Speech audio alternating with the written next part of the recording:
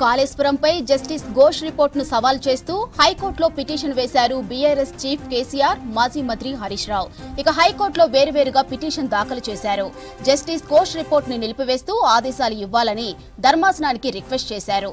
రాజకీయ కక్ష సాధింపు కోసమే కాంగ్రెస్ సర్కార్ కమిషన్ వేసిందని విమర్శించారు. ఇక ప్రభుత్వానికి ఏది కావాలో కమిషన్ రిపోర్టు అదే రకంగా ఉందని ఆరోపించారు. ఇదే విషయంపై మరింత సమాచారం శ్రీనివాస్ అందిస్తారు.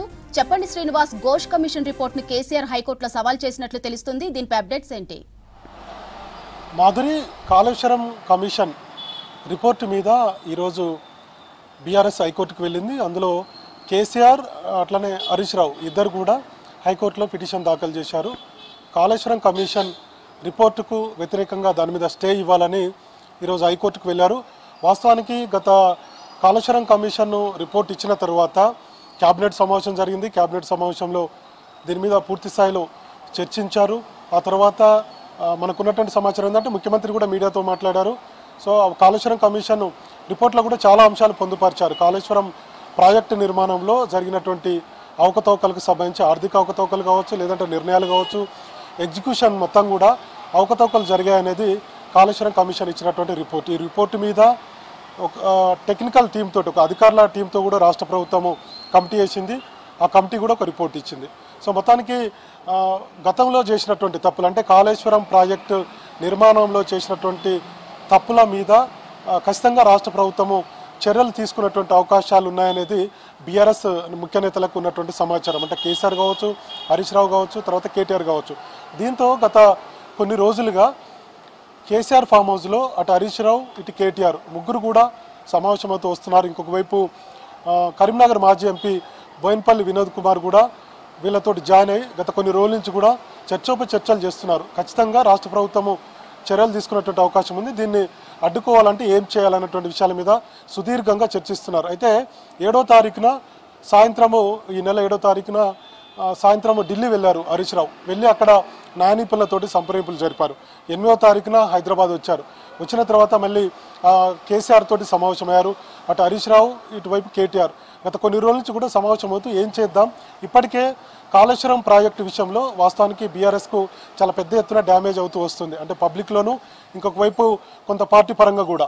ఎందుకంటే కాంగ్రెస్ ప్రభుత్వం వచ్చిన తర్వాత కాళేశ్వరం ప్రాజెక్టు యొక్క నిర్మాణ లోపాల అంశాలు కావచ్చు, లేదంటే 3 ఏళ్లలోనే ఈ ప్రాజెక్టు కూలిపోయింది అన్నటువంటి అంశం కావచ్చు, కాళేశ్వరం కూలేశ్వరంగా మారిందని ముఖ్యమంత్రి రేవంత్ రెడ్డి ప్రెస్ మీట్లలో మాట్లాడడం, ఎమ్మెల్యేలు కూడా నియోజకవర్గాల్లో పెద్ద ఎత్తున ప్రెస్ మీట్లు పెట్టి ఈ కాళేశ్వరం ప్రాజెక్టు ఉపయోగంలో లేకుండా పోయిందన్నటువంటి విషయాలు చెప్పడంతో కొంత ప్రజల్లోకి వెళ్ళిన మాట వాస్తవం.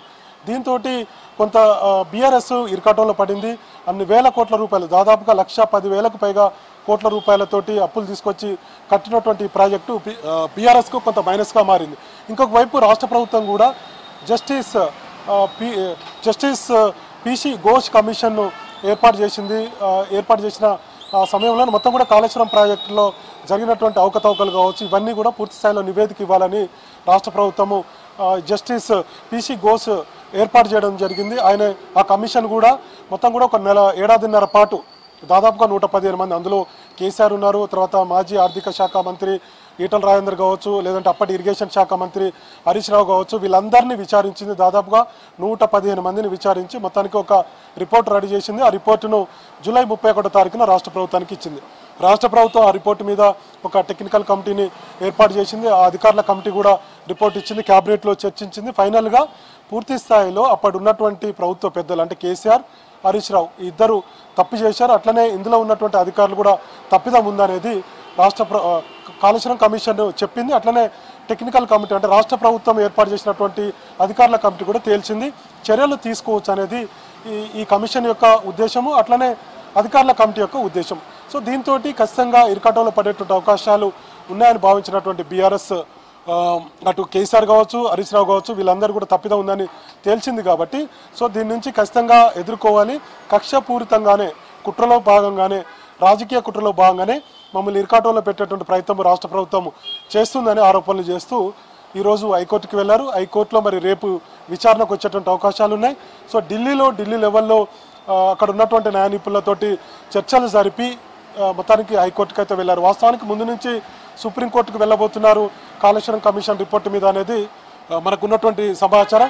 చాలా పెద్ద ఎత్తున న్యాయ నిపుణులతో చర్చించారు. బీఆర్ఎస్ లీగల్ టీం కూడా ఢిల్లీ వెళ్ళింది. ఇక్కడ ఉన్నటువంటి న్యాయ నిపుణులతో కూడా కేసీఆర్ చర్చించారు. అటు హరీష్ రావుతో పాటు తర్వాత కేటీఆర్తో పాటు చర్చించి ఫైనల్గా ఢిల్లీలో ఉన్నటువంటి మొత్తం లీగల్ టీం తోటి తర్వాత న్యాయ నిపుణులతో చర్చించి ఫైనల్గా రాష్ట్ర ప్రభుత్వము కావాలని కక్షపూరితంగా ఈ నివేదికను కాళేశ్వరం కమిషన్ నివేదికతోటి మా మీద చర్యలు తీసుకునేందుకు ఒక ప్లాన్ చేస్తుందని స్టే ఇవ్వాలని చెప్పి హైకోర్టుకు వెళ్లారు. ముఖ్యమంత్రి రేవంత్ రెడ్డి కూడా 4 రోజుల క్రితం ఈ విషయాన్ని ప్రెస్ మీట్లో చెప్పారు. అంటే కేబినెట్ సమావేశం జరిగిన తర్వాత ఆ ప్రెస్ మీట్లో కూడా చెప్పారు. అప్పుడు ఏం చెప్పారంటే 2-3 అంశాలు ప్రస్తావించారు. అందులో ఏంటంటే అసెంబ్లీలో దీన్ని కాళేశ్వరం కమిషన్ రిపోర్టును పెట్టబోతున్నాం, ఈ టేబుల్ చేయబోతున్నాం, మొత్తంగా అందరికీ అక్కడ ఉన్నటువంటి అంటే ఎమ్మెల్యేలకు ఇవ్వబోతున్నాం, దాని తర్వాత చర్చించి ఒక నిర్ణయం తీసుకోబోతున్నాం అని చెప్పారు.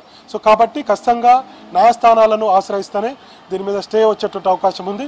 గతంలో జరిగినటువంటి ఆర్థిక అవకతవకలు ఏదైతే ఉన్నాయో తర్వాత నిపుణుల తర్వాత మేడిగడ్డపై డిజైన్ కావచ్చు, ప్లానింగ్ కావచ్చు, ఎగ్జిక్యూషన్ కావచ్చు, ఆపరేషన్ కావచ్చు, ఈ నిర్వహణకు సంబంధించినటువంటి ఏదైతే ఫెయిల్ అయిందని చెప్తున్నారో దానికి వ్యతిరేకంగా దాని మీద స్టే ఇవ్వాలని చెప్పి హైకోర్టును ఆశ్రయించారు. మరి హైకోర్టు రేపు విచారణకు వస్తే మనకు దీని మీద ఎట్లాంటి నిర్ణయం తీసుకుంటారు అనేది చూడాల్సినటువంటి అవసరం ఉంది. గత కొన్ని రోజుల నుంచి కూడా ఈ కాళేశ్వరం కమిషన్ రిపోర్టు మీద పెద్ద ఎత్తున బీఆర్ఎస్ రాష్ట్ర ప్రభుత్వం మీద విమర్శలు చేస్తుంది.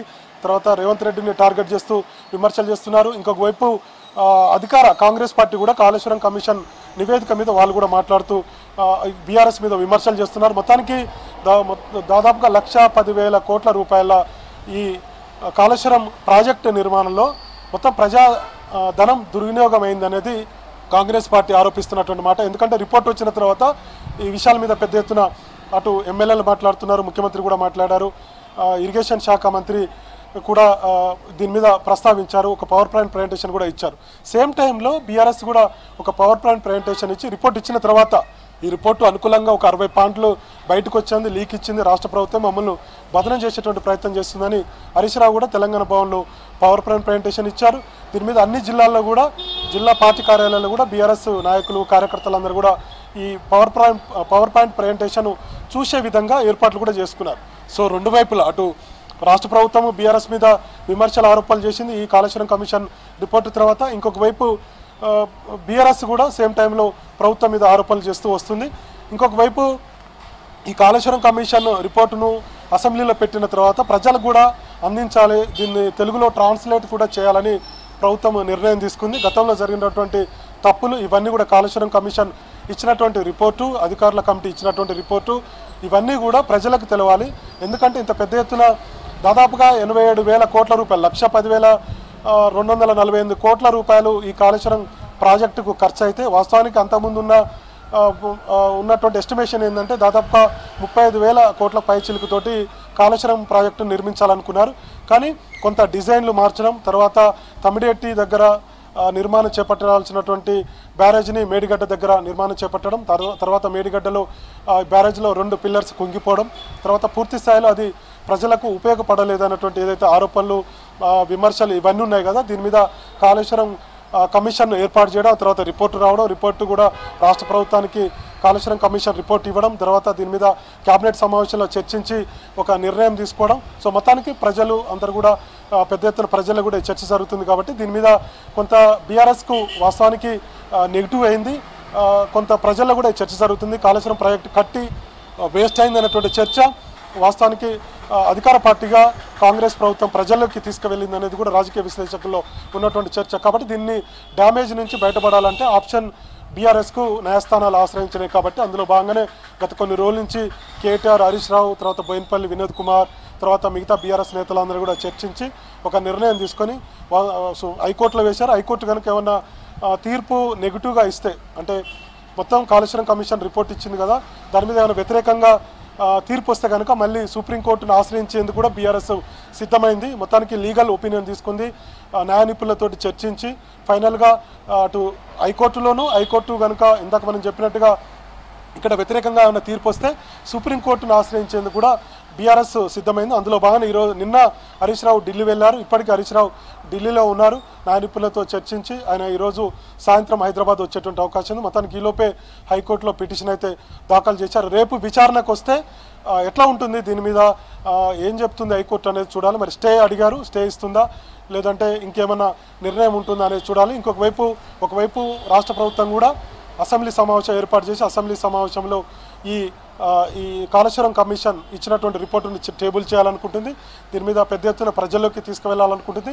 గతంలో జరిగినటువంటి ఆర్థిక సమంజమైనటువంటి ఇందాక మనం చెప్పినట్టుగా 1,10,000 పైచిలకు కోట్లతో నిర్మించినటువంటి ప్రాజెక్టు దేనికి ఉపయోగపడలేదన్నటువంటి అంశాలను ప్రజలకు చెప్పే విధంగా అటు రాష్ట్ర ప్రభుత్వం కూడా ప్లాన్ చేస్తుంది. ఇంకొక వైపు హైకోర్టు కూడా ఎట్లాంటి తీర్పు రాబోతుందనేది మనం చూడాల్సినటువంటి అవసరం ఉంది. మాధవ్.